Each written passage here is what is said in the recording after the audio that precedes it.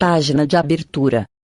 Do livro Pão Nosso, psicografado por Francisco Cândido Xavier, pelo Espírito Emmanuel. Título da mensagem: Más palestras. Não vos enganeis, as más conversações corrompem os bons costumes.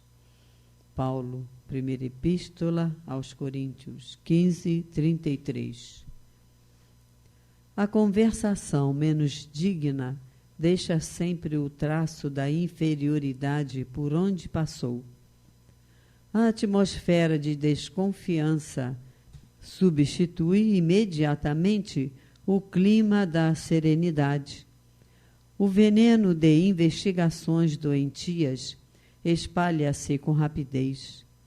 Depois da conversação indigna, há sempre menos sinceridade e menor expressão de força fraterna.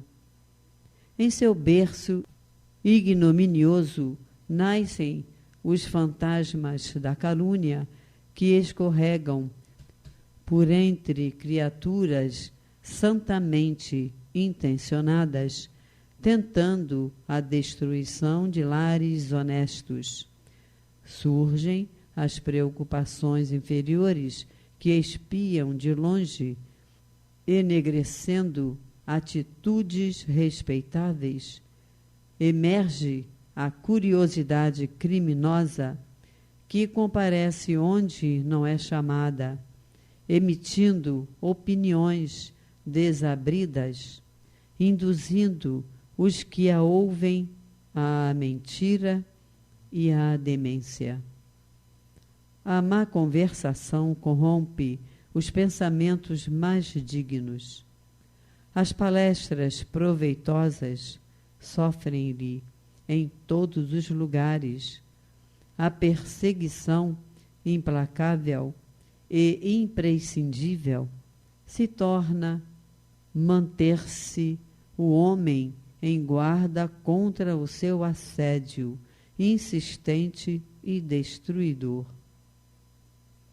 Quando o coração se entregou a Jesus, é muito fácil controlar os assuntos e eliminar as palavras aviltantes. Examina sempre as sugestões verbais que te cercam no caminho diário. Trouxeram-te denúncias, más notícias, futilidades, relatórios malsãos da vida alheia? Observa como ages. Em todas as ocasiões, há recurso para retificares amorosamente, porquanto podes renovar todo esse material em Jesus Cristo. Emmanuel. E agora, a palestra. Queridos irmãos de jornada, mais uma vez nos reunimos aqui virtualmente para darmos continuidade ao estudo sistematizado da doutrina espírita pelo Grupo Espírita Francisco de Assis. A obra estudada hoje é o Evangelho segundo o Espiritismo, o qual contém 28 capítulos, sendo o último dedicado a uma coletânea de preces, que eu recomendo a leitura, né? Mas a gente vai chegar lá. O estudo sistematizado vai ser o próximo capítulo. Nós estamos no capítulo 27, né? no penúltimo, intitulado Pedi e Obtereis.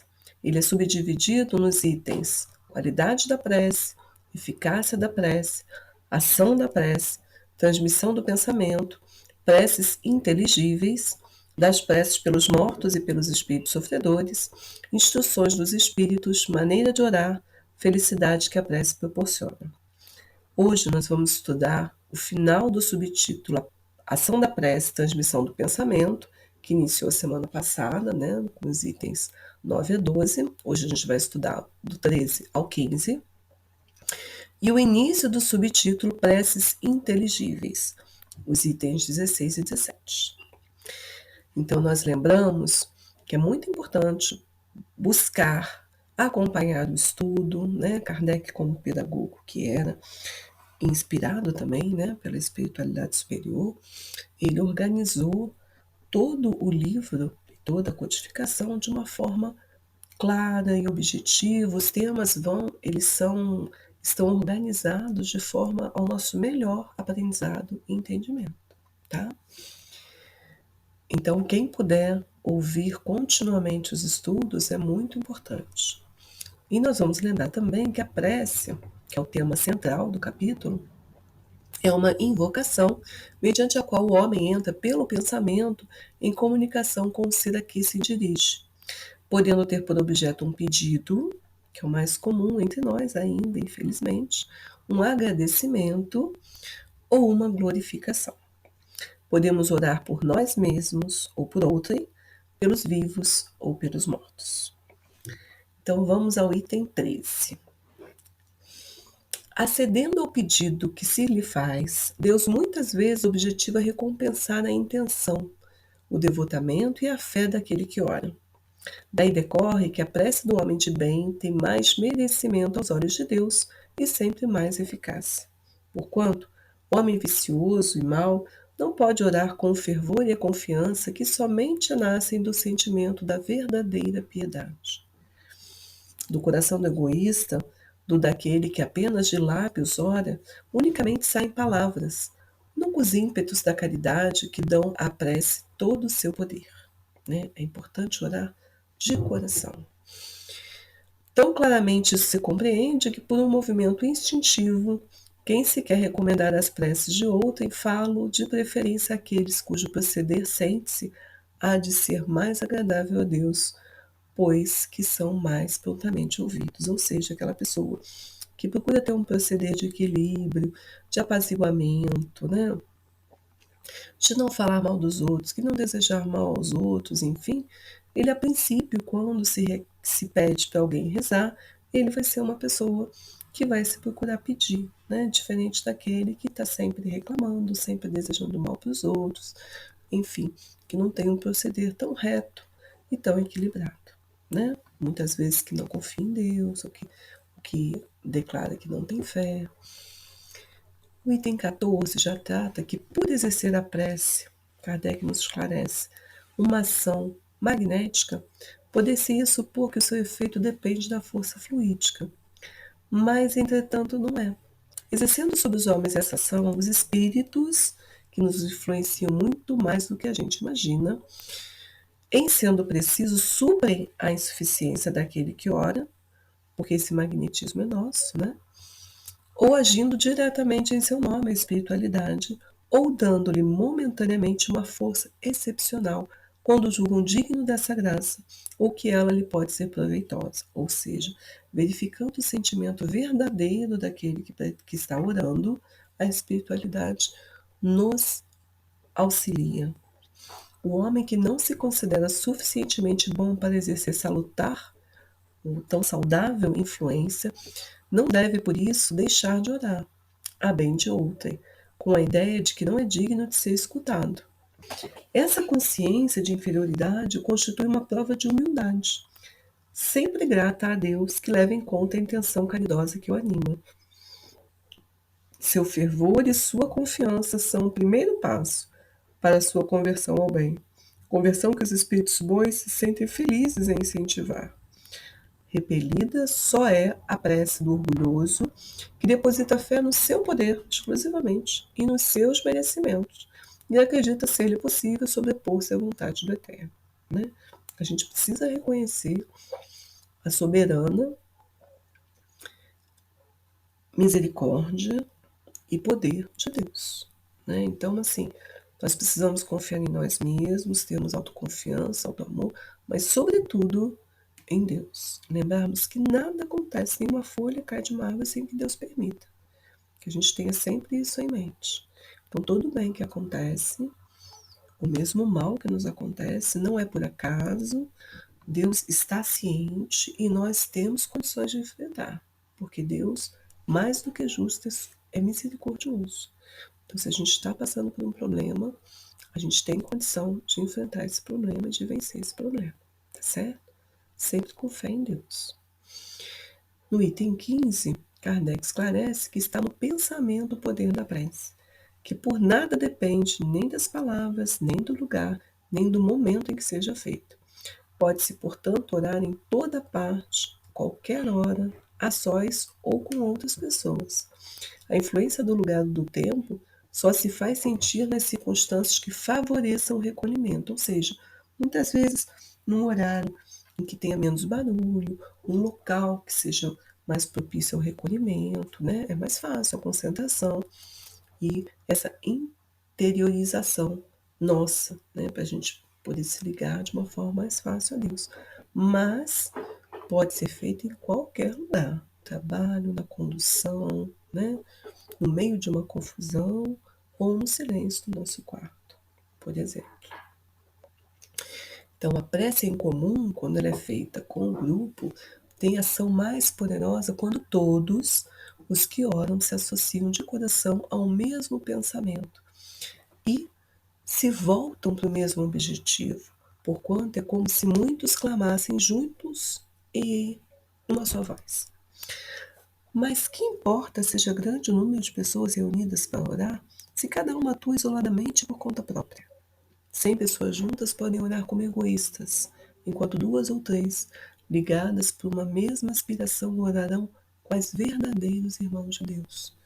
E mais força terá a prece que lhe dirijam do que a das 100 outras. Aí Kardec faz até uma remissão, né, ao próximo capítulo, nos itens 4 e 5. Tá? O item seguinte é intitulado Preces Inteligíveis, ou seja, aquelas que a gente não entende. O item 16, então, ele vai mencionar uma passagem bíblica de São Paulo na primeira carta aos Coríntios, capítulo 14, versículos 11, 14, 16 e 17. Se eu não entender o que significam as palavras, serei um bárbaro para aquele a quem falo, e aquele que me fala será para mim um bárbaro. Se oro numa língua que não entendo, meu coração ora, mas a minha inteligência não colhe fruto. Se louvais a Deus apenas de coração, como é que um homem do número daqueles que só entendem a sua própria língua responderá amém, ou seja, assim seja, no fim da vossa ação de graças, uma vez que não entende o que dizeis? Não é a vossa ação que não é boa, mas os outros não se edificam com ela. Então, quando a gente reza, é importante que as pessoas que estão conosco entendam. Nós mesmos possamos entender o significado do que nós estamos falando, para o nosso bem, para o nosso melhor aproveitamento, e aquele que está conosco também. Porque senão, se a gente entende e o outro não, nós vamos aproveitar o benefício e o outro não, né? Então, isso não seria solidário, né? Não haveria empatia da nossa parte. Então é importante a gente traduzir em palavras que as pessoas entendam, né? A exemplo de Jesus, nosso mestre, né? E irmão, e procurarmos falar palavras que são entendíveis por quem está ouvindo, para a gente realmente alcançar o objetivo. Então a prece no item 17, o último estudado hoje, só tem valor pelo pensamento que ele está conjugado, ou seja, aquele pensamento que está ligado àquela palavra. Ora, é impossível conjugar um pensamento qualquer ao que se não compreende, porquanto o que não se compreende não pode tocar o coração.